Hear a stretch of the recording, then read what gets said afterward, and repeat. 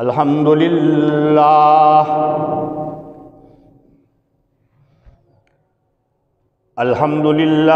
نحمده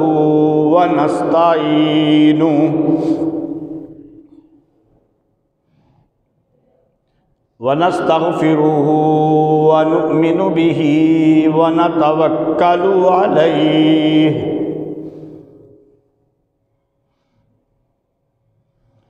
ونعوذ بالله من شرور أنفسنا ومن سيئات أعمالنا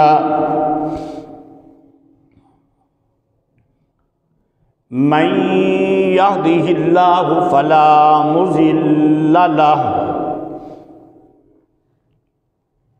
ومن يضلله فلا هادي له ونشهد أن لا إله إلا الله وحده لا شريك له ونشهد أن سيدنا ومولانا محمدًا عبده ورسوله أما بعد فأعوذ بالله من الشيطان الرجيم بسم الله الرحمن الرحيم وَلَقَدْ صَرَّفْنَا فِي هَذَا الْقُرْآنِ لِيَذَّكَّرُوا وَمَا يَزِيدُهُمْ إِلَّا نُفُورًا قُلْ لَوْ كَانَ مَعَهُ آلِهَةٌ كَمَا يَقُولُونَ إِذًا لَابْتَغَوْا إِلَى ذِي الْعَرْشِ سَبِيلًا سبحانہ وتعالی عما یقولون علوا کبیرا تسبح السماوات السبع والارض ومن فیہن وَإِن مِّن شَيْءٍ إِلَّا يُسَبِّحُ بِحَمْدِهِ وَلَكِن لَّا تَفْقَهُونَ تَسْبِيحَهُمْ إِنَّهُ كَانَ حَلِيمًا غَفُورًا وَإِذَا قَرَأْتَ الْقُرْآنَ جَعَلْنَا بَيْنَكَ وَبَيْنَ الَّذِينَ لَا يُؤْمِنُونَ بِالْآخِرَةِ حِجَابًا مَّسْتُورًا وَجَعَلْنَا عَلَى قُلُوبِهِمْ أَكِنَّةً أَن يَفْقَهُوهُ وَفِي آذَانِهِمْ وَقْرًا وَإِذَا ذَكَرْتَ رَبَّكَ فِي الْقُرْآنِ وَحْدَهُ وَلَّوْا عَلَى أَدْبَارِهِمْ نُفُورًا نَحْنُ أَعْلَمُ بِمَا يَسْتَمِعُونَ بِهِ إِذْ يَسْتَمِعُونَ إِلَيْكَ وَإِذْ هُمْ نَجْوَى إِذْ يَقُولُ الظَّالِمُونَ إِن تَتَّبِعُونَ إِلَّا رَجُلًا مَّسْحُورًا انظُرْ كَيْفَ ضَرَبُوا لَكَ الْأَمْثَالَ فَضَلُّوا فَلَا يَسْتَطِيعُونَ سَبِيلًا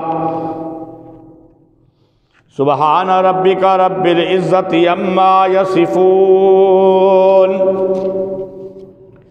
وسلام على المرسلين والحمد لله رب العالمين.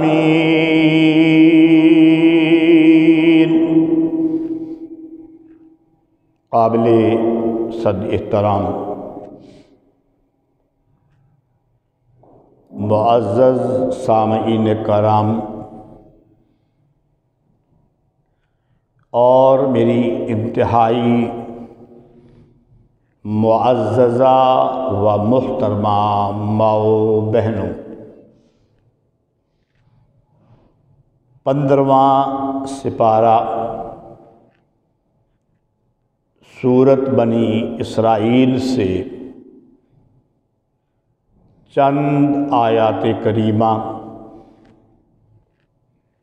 اپنے سلسلہ وار مضمون کے مطابق ہی تلاوت کرنے کی سعادت حاصل ہوئی ہے۔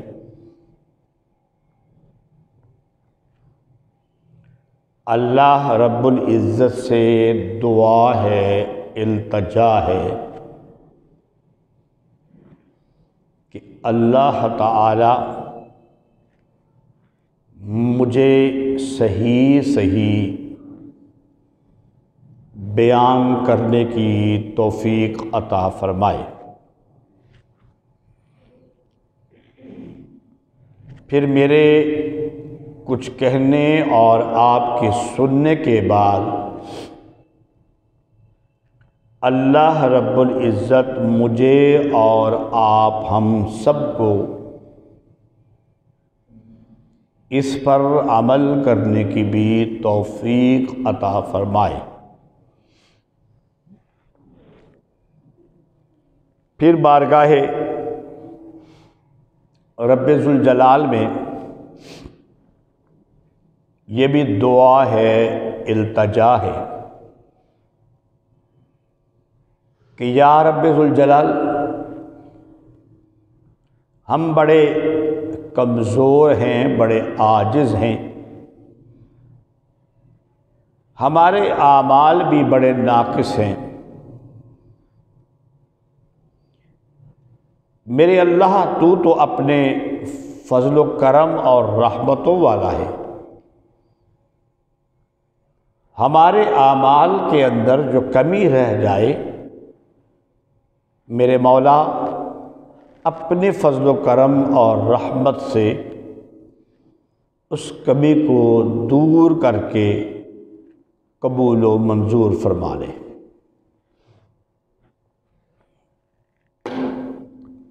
معزز سامعین کرام،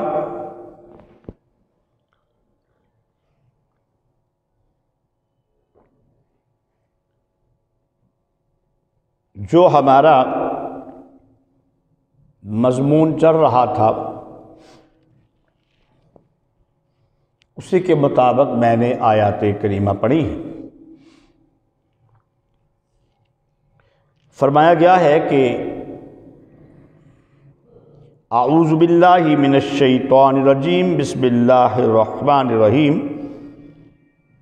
وَلَقَدْ صَرَّفْنَا فِي هَذَا الْقُرْآنِ لِيَذَّكَّرُوا وَمَا يَزِيدُهُمْ إِلَّا نُفُورًا۔ اور ہم پھیر پھیر کر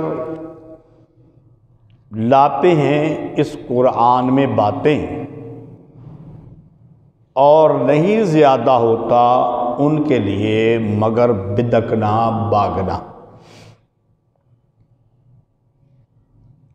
معزز سامعین کرام اور میری ماؤں اور بہنوں، اللہ رب العزت نے اس قرآن مجید کو لوگوں کی ہدایت کے لیے بھیجا ہے،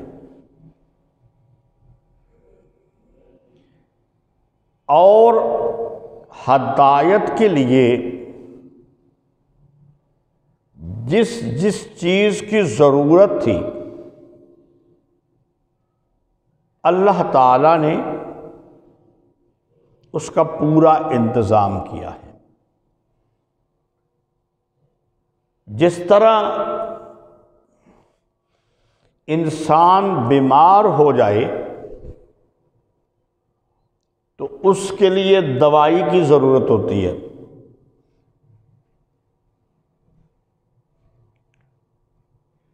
تو اللہ تعالیٰ نے زمین کے اندر ایسی جڑی بوٹیاں رکھی ہیں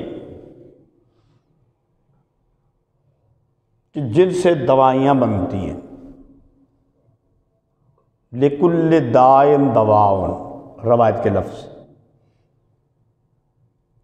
ہر بیماری کا علاج ہے، کیونکہ اللہ تعالیٰ نے انسان کو جب اللہ کی طرف سے یہ بیماری لاحق ہوتی ہے تو اللہ نے اس کی شفا کا بھی انتظام کیا ہوا ہے، اور پھر اس میں بڑی حکمت کی یہ بات ہے کہ اگر انسان اس دنیا کے اندر کبھی بیمار نہ ہو یا کبھی کوئی دکھ نہ اٹھائے، صحت ہی صحت رہے، تندرستی ہی تندرستی رہے، شفا ہی شفا رہے، تو انسان کی پھر آزمائش نہیں ہوتی۔ بات تو تب بنتی ہے جب کبھی بیماری آئے،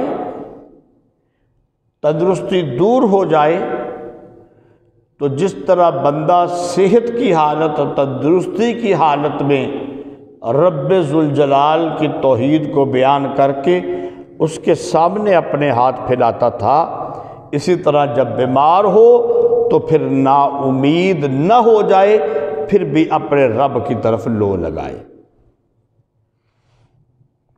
تب اس کی آزمائش ہوتی ہے، مکمل ہوتی ہے آزمائش۔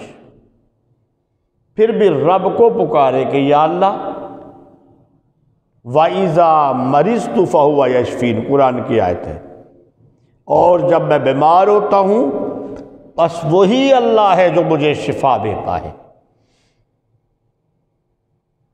تو نا امید نہ ہو۔ اور اس کی جو دوسری حکمت ہے،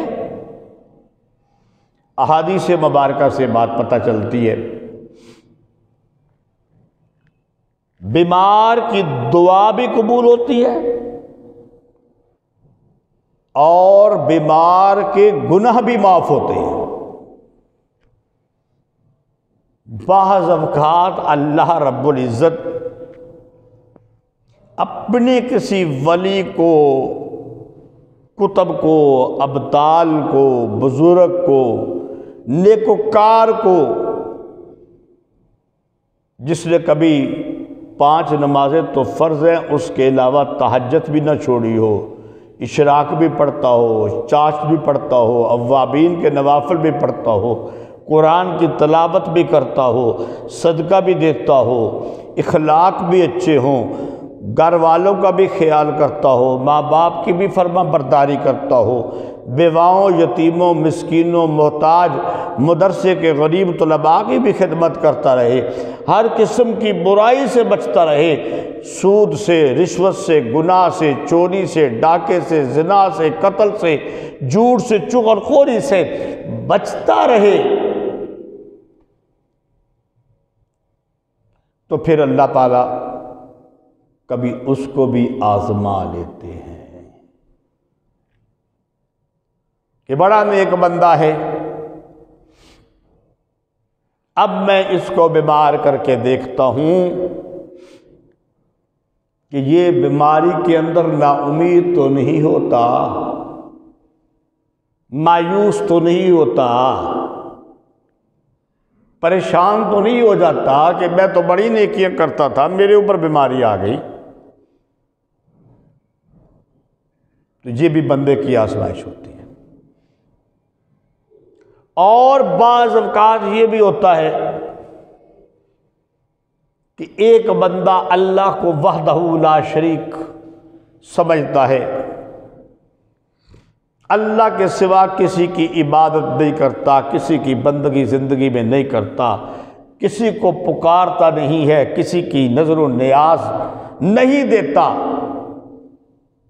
لیکن گناہوں میں مبتلا ہو جاتا ہے، تو اللہ تعالیٰ چاہتے ہیں کہ یہ بندہ میری وحدانیت کا قائل ہے، گناہوں کا بوجھ اٹھا لیا ہے، اللہ اس کو بیمار کر دیتے ہیں تاکہ بیمار کر کے دنیا میں اس کے گناہوں کو معاف کر دوں اور جنت کے اندر بھیج دوں۔ سبحان اللہ کہہ دوں۔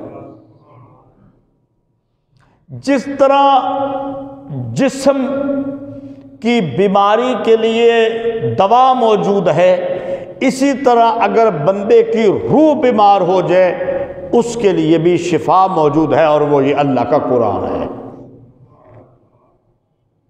یہ ساری جو میں نے پہلے تمہید بیان کی نا جسمانی بیماری کی، اس کا اصل مقصد یہ ہے کہ قرآن کہتا ہے ہم اس کے اندر پھیر پھیر کر لاتے ہیں آیات کو تاکہ وہ نصیحت حاصل کرے۔ لیکن جس نے نصیحت حاصل نہیں کرنی ہوتی وہ بدکتا ہے، جس طرح گھوڑا بدک نہیں جاتا، بھاگتا ہے قرآن سے۔ پھیر پھیر کر آیات لانا، جس طرح ابھی میں نے شروع میں کہا اللہ نے ہر طریقہ استعمال کیا، انبیاء کو بھیجنا ہدایت کے لیے، یہ بھی ایک طریقہ استعمال کیا، انبیاء پر معجزات آئے، یہ بھی ایک طریقہ استعمال کیا، بڑے بڑے نشانات دکھائے کہ شاید اسی طرح مان جائیں۔ سمودیوں نے کہا تھا کہ اس پہاڑی سے اونٹنی نکل آئے تو ہم مان جائیں گے، حضرت صالح علیہ السلام نے منع کیا، نہ ایسی بات کرو، کیونکہ اگر انسان کی مرضی کا نشان آ جائے نا اور پھر قوم نہ مانے تو اللہ پوری قوم کو تباہ و برباد کر دیتا ہے۔ لیکن وہ اپنے مطالبے پر قائم رہے، اللہ نے پہاڑ سے اونٹنی کو نکال دیا۔ تفصیلی واقعہ ہے، جب اس کی تفصیل آئے گا بیان ہوگا، لیکن پھر انہوں نے اس اونٹنی کی جو حرمت تھی اس کا خیال نہ رکھا تو اللہ نے ان پر عذاب کو مسلط کر دیا۔ ہر نبی کوئی نہ کوئی نشان لے کر آیا ہے، کوئی نہ کوئی معجزہ لے کر آیا ہے، تو یہ بھی اللہ نے ہدایت کے لیے بھیجا۔ اور یہ قرآن مجید، فرقان حمید، یہ نبی کریم صلی اللہ علیہ وآلہ وسلم کا بہت بڑا معجزہ ہے، اور اس کا معجزہ ہونا، اس کی دلیل یہ ہے کہ قرآن یہ چیلنج کرتا ہے، کیونکہ جب پیارے پیغمبر اس قرآن کو پڑھتے تھے نا تو کافر کہتے تھے کہ یہ اللہ کا کلام نہیں ہے، یہ اس کا اپنا بنایا ہوا کلام ہے، ایک بندہ ہے وہ لا کے سنا دیتا ہے۔ فرمایا اگر یہ اس نے بنا لیا یا ایک بندے نے سنا دیا، اس نے بنا لیا یا ایک بندے نے اس کو پڑھا دیا، تو اگر یہ اللہ کا کلام نہیں ہے، اگر یہ بندے کا کلام ہے تو قرآن چیلنج کرتا ہے، انشاءاللہ اسی صورت میں کسی جمعے میں آ جائے گا، اس جیسا قرآن لا کر دکھا دو۔ کیونکہ عرب کی زمین کے اوپر بڑے بڑے شاعر موجود تھے، بڑے بڑے عربی کے شعر کہنے والے، اور بڑی بڑی باتیں کرنے والے موجود تھے۔ فرمایا کہ اگر تمہارے اندر طاقت ہے، صرف تم نہیں، جن کی تم عبادت کرتے ہو ان کو بھی بلا لو، ان کو بھی سارے مل کے اس جیسا قرآن لے آؤ۔ عاجز آ گئے۔ پھر قرآن نے ایک اور مقام پہ چیلنج کیا، اچھا یہ نہیں، 10 آیات اس قرآن کی مثل لے آؤ۔ اگر یہ بندے کا کلام ہے تو تم بھی بنا لو نا۔ اس سے بھی عاجز آ گئے۔ پھر قرآن نے ایک اور مقام پہ اعلان کیا اور چیلنج کیا کہ اگر یہ اللہ کا کلام نہیں ہے، بندے کا کلام ہے، اس قرآن کی ایک سورت جیسی سورت بنا کے لا کے دکھا دو۔ لیکن وہ یہ بھی نہ کر سکے، یہ نبی کریم صلی اللہ علیہ وآلہ وسلم کا سب سے بڑا معجزہ ہے۔ شیرباز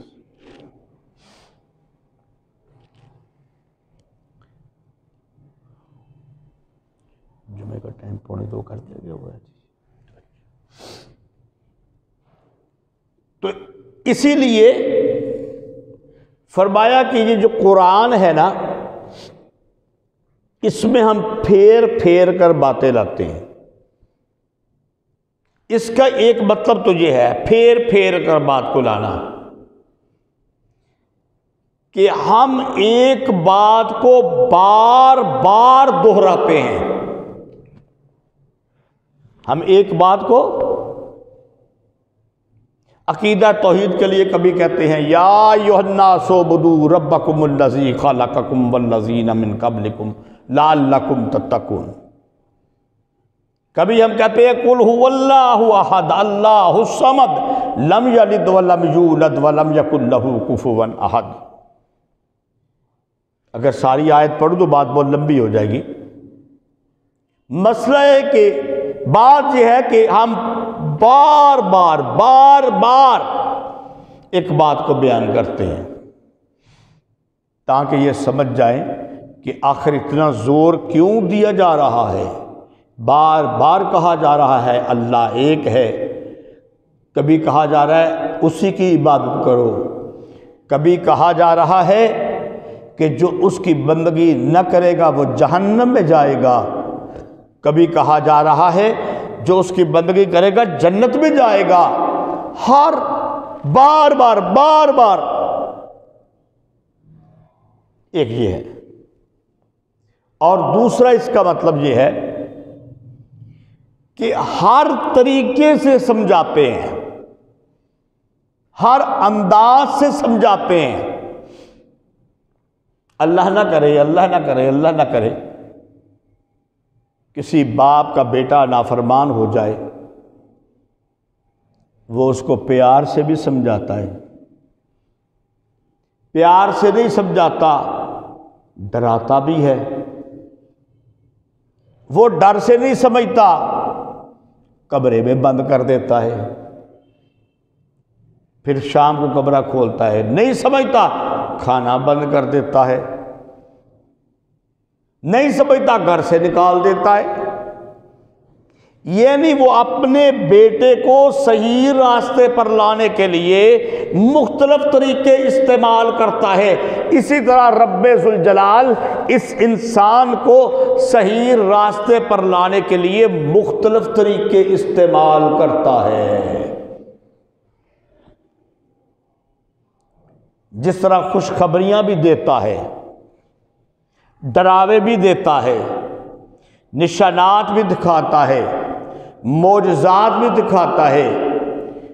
پیارے پیغمبر صلی اللہ علیہ وآلہ وسلم پر بڑے بڑے معجزے آئے، قرآن کا ذکر ہوا، معراج پر لے کے جانا یہ بھی بہت بڑا معجزہ ہے، چاند کے 2 ٹکڑے ہو جانا یہ بھی بڑا معجزہ ہے۔ یعنی ہم ہر طریقے سے سمجھاتے ہیں۔ وَلَقَدْ صَرَّفْنَا فِي هَذَا الْقُرْآنِ، پھیر پھیر کر کا مطلب پہلا جو ہے وہ بار بار ہے، اور دوسرا مطلب ہے مختلف انداز میں، مختلف انداز میں بیان کرتے ہیں ہم، شاید اس طریقے سے مان جائے۔ کبھی جنت کی بشارتیں دے کے سمجھاتا ہے، کبھی جہنم سے ڈراوے دے کے سمجھاتا ہے۔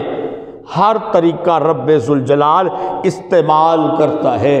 جنہوں نے ماننا ہوتا ہے وہ مان جاتے ہیں، جنہوں نے نہیں ماننا ہوتا وہ بدک کے، جس طرح گھوڑا بدک کے بھاگ جاتا ہے، وہ گھوڑے کی طرح بدک کے بھاگ جاتے ہیں۔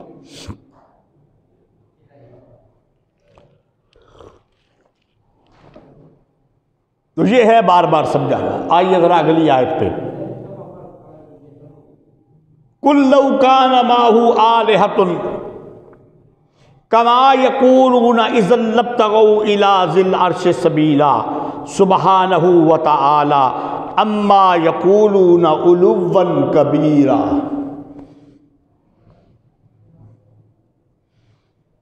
یہ بھی ایک طریقہ ہے سمجھانے کا۔ تو کہہ اگر ہوتے خدا کے ساتھ اور معبود جیسے تم کہتے ہو تو وہ تو معبود ہوتے نا، وہ تو اپنی بندگی کرواتے نا، وہ تو اپنی عبادت کرواتے نا جن کے تم نام لیتے ہو۔ وہ لاہور کے جن کو تم داتا کہتے ہو وہ داتا نہیں ہیں، وہ فیض نہیں دیتے، وہ بچے اور بچیاں نہیں دیتے، وہ اولاد نہیں دیتے۔ وہ تو یہ تھے کہ خود اپنے لیے رب ذوالجلال کے سامنے ہاتھ اٹھاتے تھے، خود جولیاں پھیلا پھیلا کے رب سے مانگتے تھے۔ جن کو تم الہ کہتے ہو اگر وہ الہ ہوتے وہ تو خود چاہتے ہیں اذا لابتغوا الی ذی العرش سبیلا، وہ تو خود چاہتے ہیں کہ ہمارا رب ہم سے راضی ہو جائے۔ یہ اکثر جن کی یہ پیروں فقیروں کی کرتے ہیں نا بندگی جن کی، ان میں سے اکثریت وہ بزرگ ہیں جو ساری زندگی اللہ کی توحید کی دعوت دیتے رہے، ساری زندگی ایک رب سے مانگتے رہے، اللہ کو پکارتے رہے، اللہ کو سجدہ کرتے رہے، اللہ کے سوا انہوں نے کسی کو سجدہ نہ کیا۔ ساری زندگی ان کی گزر گئی۔ فرمایا کہ اگر وہ معبود ہوتے تو وہ اللہ کو راضی کرنے کی کوشش کرتے نہ، وہ تو معبود تھے، وہ تو اللہ کا زیادہ سے زیادہ قرب حاصل کرنے کے لیے اللہ کی زیادہ سے زیادہ بندگی کرتے تھے، نمازیں پڑھتے تھے، رات کو اٹھ کے تہجد پڑھتے تھے، قرآن کی تلاوت کرتے تھے۔ وہ تو یا اللہ یا اللہ یا اللہ کرتے اس دنیا سے چلے گئے اور تم نے ان کے نعرے لگانے شروع کر دیے۔ وہ حضرت علی کرم اللہ وجہہ، حضرت علی کرم اللہ وجہہ رضی اللہ تعالی عنہ، دیکھیں جتنے صحابہ کرام ہیں نا، میں آج ایک بات کی ذرا وضاحت بھی کر دوں تھوڑی سی، چلو باتوں میں سے بات نکل آتی ہے۔ ہر صحابی رضی اللہ تعالی عنہ ہے، اس میں کوئی شک والی بات ہے نہیں، کیوں قرآن نے کہہ دیا رضی اللہ تعالی عنہ۔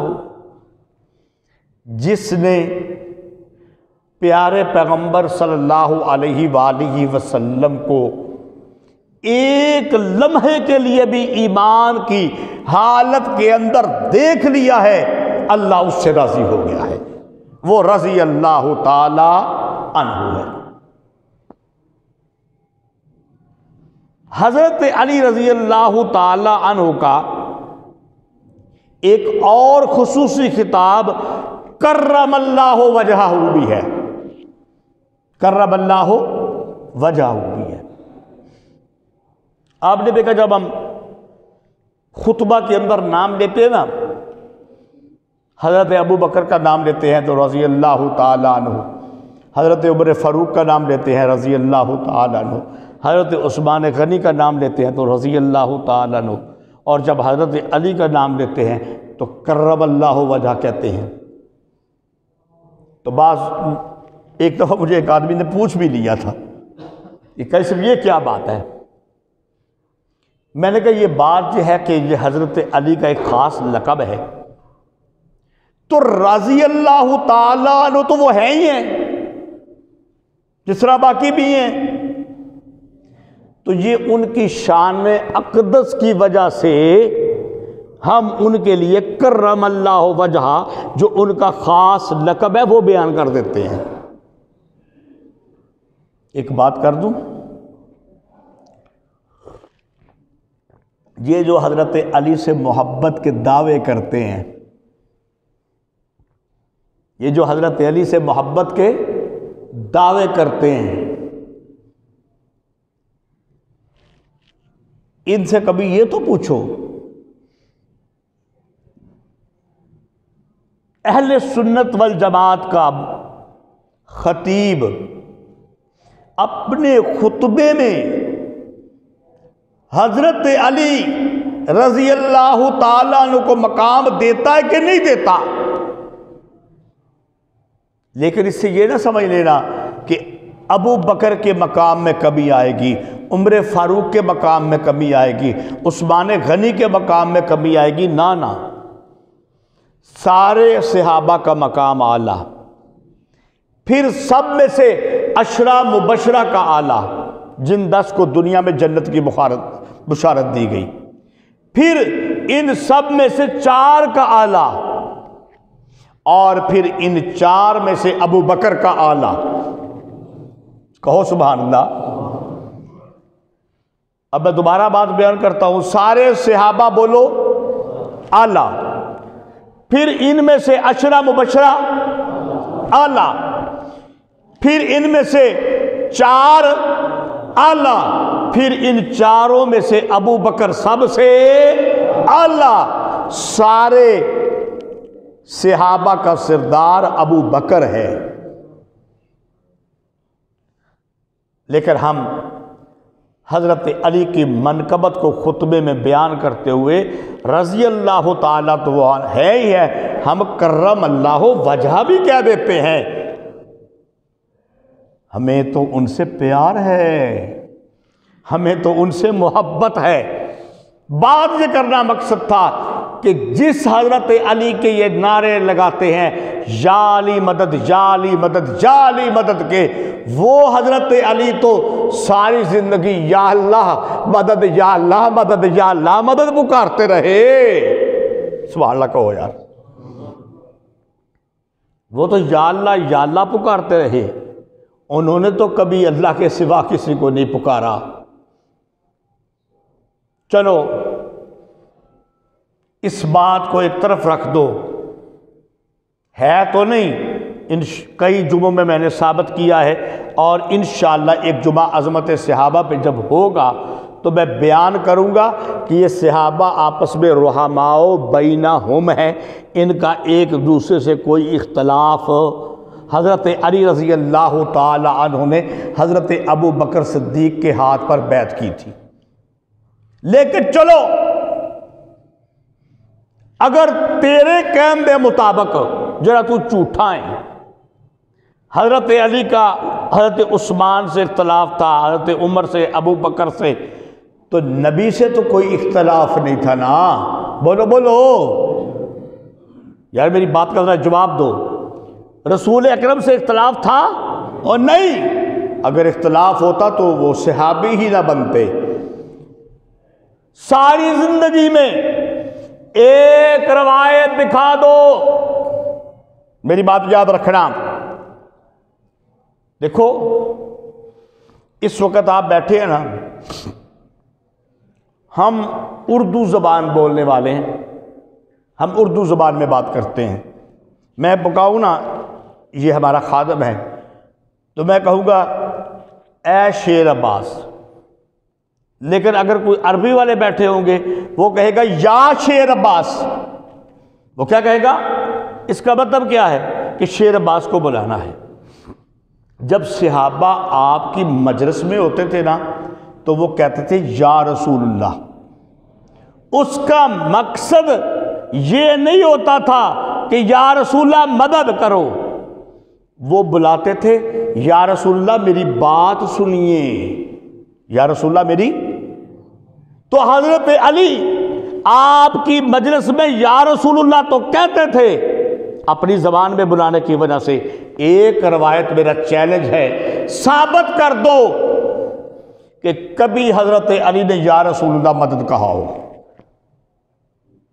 تم جیتے ہم ہارے۔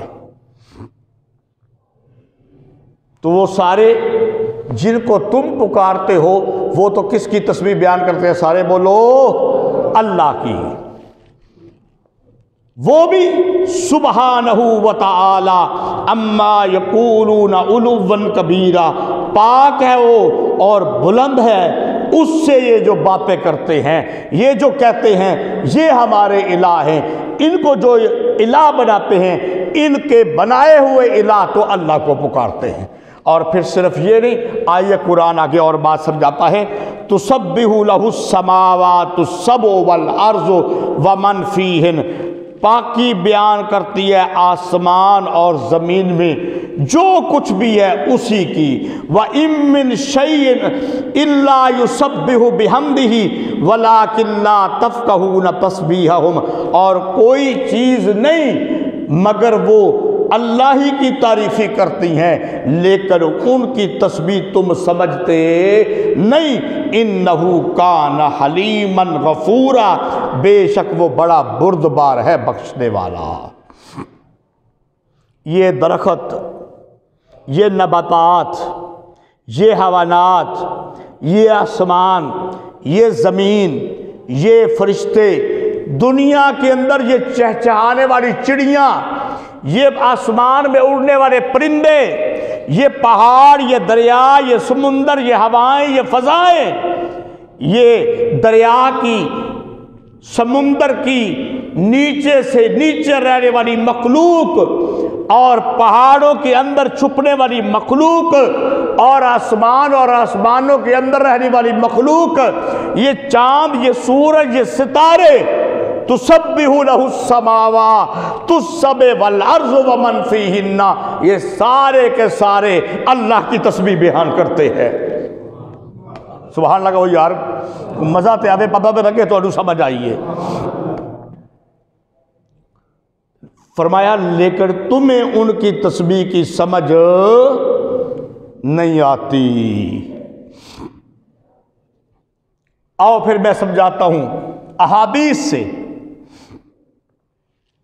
بخاری شریف، مسلم شریف کی حدیث کے اندر ہے کہ ایک بار نبی کریم صلی اللہ علیہ وآلہ وسلم باہر آئے نا، اس وقت سواریاں کیا تھی ان کی بتاؤ ذرا، میرا کوٹ پرندہ تک 10 جو کی سواریاں سن، اونٹ اور گھوڑے، اونٹ، اونٹنے یا گھوڑے، یہ جانور اللہ نے پیدا کیے انسان کی خدمت کے لیے۔ تو کوئی لوگ کیا کرتے تھے، اونٹ پہ سوار ہوتے یا گھوڑے پہ، آگے سے کوئی اور سوار آ گیا، اونٹوں پہ سوار ہو کے باتیں کرنے لگ گئے، آپس میں باتیں۔ نبی کریم صلی اللہ علیہ وسلم نے فرمایا میرے صحابہ،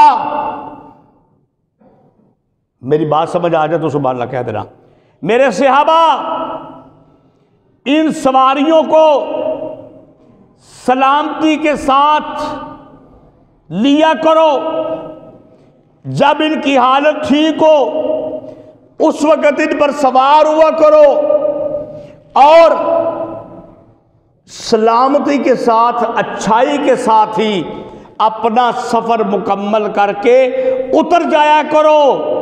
رستے میں کھلو کے ان سواریوں کو اپنی کرسیاں نہ بنا لو۔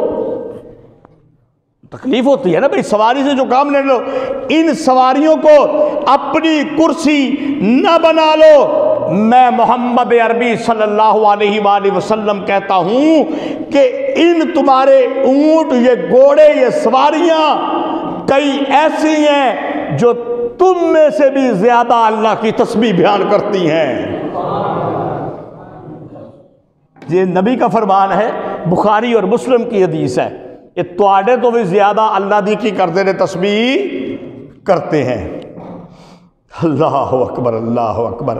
ایک مرتبہ مجھے ایک دوست نے موبائل دکھایا، کہنے لگا یہ کئی سب دیکھیں، 5-7 سال پہلے کی بات ہے، تو اس میں نا شیر تھا، اور اس نے موبائل کو آن کیا تو وہ شیر کہہ رہا تھا اللہ، کیا کہہ رہا تھا بولو سارے، اللہ اللہ۔ کبھی اللہ مشاہدہ بھی کرا دیتا ہے۔ یہ اللہ اکبر۔ حضرت عبداللہ ابن خراب ہے مسعود رضی اللہ تعالی عنہ سے روایت ہے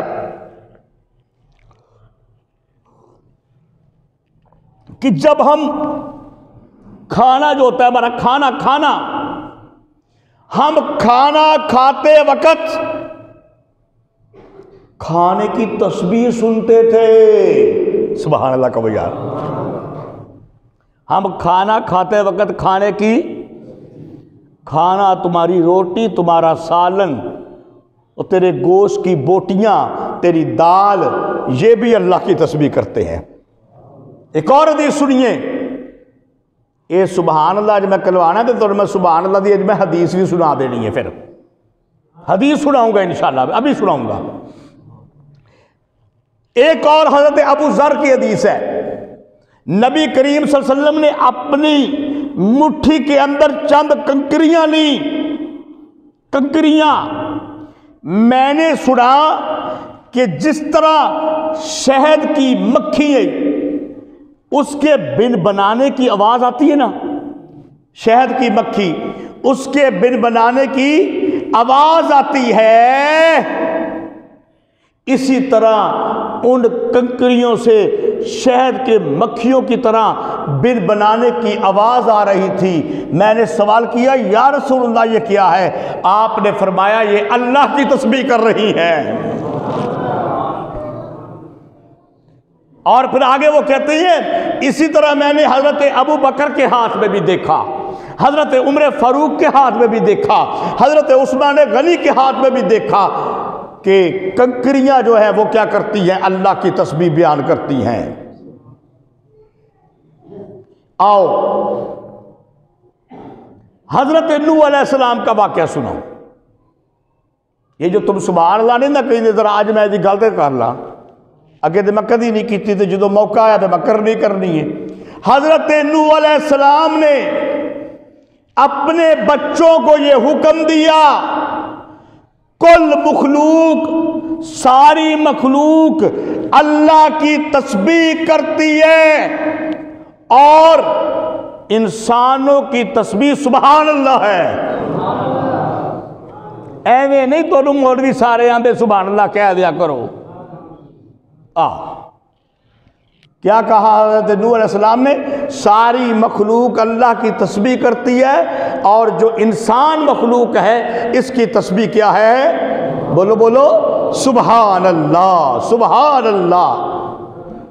اور وہ بخاری شریف کی حدیث جب درس بخاری ہوتا ہے اس کے آخر کے اندر آپ نے کئی بار یہاں پہ اس مسئلے میں سنا سبحان اللہ وابے، یاد ہے؟ جنہوں نے یاد ہے پڑھو، میں بعد ہی پڑھا گا۔ سبحان اللہ ہے، اگے سبحان اللہ العظیم، یہ بخاری شریف کی آخری حدیث ہے، درس بخاری میں علماء بیان کرتے ہیں۔ کلمتان خفیفتان ثقیلتان فی اللسان، دو کلمے ہیں، جامع مسجد کے غیور توحیدیو، دو کلمے ہیں، دو کلمے، خفیفتان، ہلکے۔ یار سبحان اللہ و بحمدہ، سبحان اللہ العظیم کہنا کوئی مشکل ہے؟ او بولو کوئی مشکل ہے؟ زبان پر ہلکے ہیں لیکن میزان میں باری ہیں۔ سبحان اللہ، سارے پڑھو سبحان اللہ و بحمدہ سبحان اللہ العظیم۔ دو کلمے ہیں، پڑھنے کے اندر زبان پہ آسان ہیں، وزن کے اندر باری ہیں۔ اے پڑھیا کرو، تمہارے اعمال کے اندر، ثواب کے اندر اضافہ ہوتا رہے گا۔ تو فرمایا آسمان اور زمین اور جو کچھ اس میں ہے سارے اللہ کی تسبیح بیان کرتے ہیں، کوئی چیز ایسی نہیں ہے مگر وہ اللہ کی تسبیح بیان کرتی ہے، تم ان کی تسبیح سمجھتے نہیں۔ تو جب ساری چیزیں اللہ کی تسبیح بیان کرتی ہیں، آخری بات کرتا ہوں، ساری کائنات کو رب ذوالجلال نے بنایا انسان کے لیے۔ توجہ میری طرف، دریا بنائے انسان کے لیے، سمندر بنائے انسان کے لیے، آگ بنائی انسان کے لیے، ہوائیں بنائی انسان کے لیے، فضائیں بنائی انسان کے لیے، سورج کو بنایا انسان کے لیے، چاند کو بنایا انسان کے لیے، اور اللہ نے ستاروں کو چمکتا ہوا بنایا، انسان کے لیے جانوروں کو پیدا کیا، انسان کے لیے فرشتے بنائے، انسان کے لیے جنات کو بنایا، انسان کے لیے دریا کی نہروں کے اندر بسنے والی چیزیں وہ بنائی، انسان کے لیے پہاڑ کی غاروں کے اندر رہنے والے کیڑے مکوڑے، انسان کے لیے جس طرح ابھی میں نے پہلے کہا ہے شروع کے اندر یہ زمین سے جڑی بوٹیاں جو نکلتی ہیں ان کی دوا بنتی ہے، وہ دوا کس سے بنتی ہے؟ انسان کے لیے یہ سبزیاں بنائیں، انسان کے لیے یہ پھل بنائے، انسان کے لیے یہ جانور بنائے جن کا دودھ پیتے ہو، جس دودھ کو نکالتے وقت وہ دودھ دو گندگیوں سے نکلتا ہے، ایک طرف بھی گندگی ہے، ایک طرف بھی گندگی ہے، پخانے کی گندگی بھی موجود اور گوبر کی اور خون کی گندگی بھی موجود۔ قرآن کہتا ہے من بین فرسن ودمن لبنن خالصن، دو گندگیوں سے ہم نے یہ تازہ دودھ، اگر تم اس میں پانی ڈال کے مجرم نہ بنو، یہ بنایا انسان کے لیے۔ پھر جانوروں پر سواریاں کرتے ہو، یہ بھی بنائی انسان کے لیے۔ جانوروں کا گوشت کھاتے ہو، یہ بھی بنایا انسان کے لیے۔ جانور سامان لے کے دوسری جگہ پہ جاتے ہیں، یہ بھی انسان کے لیے۔ لوہا بنایا انسان کے لیے، پلاسٹک بنایا انسان کے لیے، پتھر بنائے انسان کے لیے، لکڑی بنائی انسان کے لیے، جہاز بنائے انسان کے لیے، یہ ریل گاڑی چلتی ہے، سفر انسان کرتا ہے انسان کے لیے۔ یہ گاڑیاں، ان کا جو مواد تھا نا وہ تو اللہ نے بنایا تھا نا، تو جب اللہ نے بنایا تھا تو یہ ریل گاڑی بھی اللہ نے بنائی انسان کے لیے، یہ کاریں اور بسیں بنا دی انسان کے لیے۔ میری بات سمجھ میں آ جائے تو سب کی آواز آ جانی چاہیے۔ جو میں نے مسئلہ سمجھا دیا ہے کہ انسان کا جو ہے کلمہ وہ سبحان اللہ کہنا چاہیے۔ اللہ نے گویا کہ ساری کائنات کو بنایا انسان کے لیے اور انسان کو بنایا اپنے لیے۔ ساری کائنات کو اللہ نے بنایا انسان کے لیے اور انسان کو بنایا اپنے لیے۔ اے میرے بندے، تیری یہ جبین نیاز میرے سوا کسی کے سامنے جھکنی نہیں چاہیے۔ یہ جھکے تو صرف ایک اللہ کے سامنے جھکے۔ ہر چیز تجھے دی ہے وہ تیرے لیے ہے، تیرا جھکنا میرے لیے ہے۔ اللہ تعالیٰ عمل کی توفیق عطا فرمائے۔ آپ سنتے پڑھ لیں، جو آج کل معاملہ چلا ہے میں سنتوں کے بعد اس پر بات کروں گا۔ وما علینا الا البلاغ المبین۔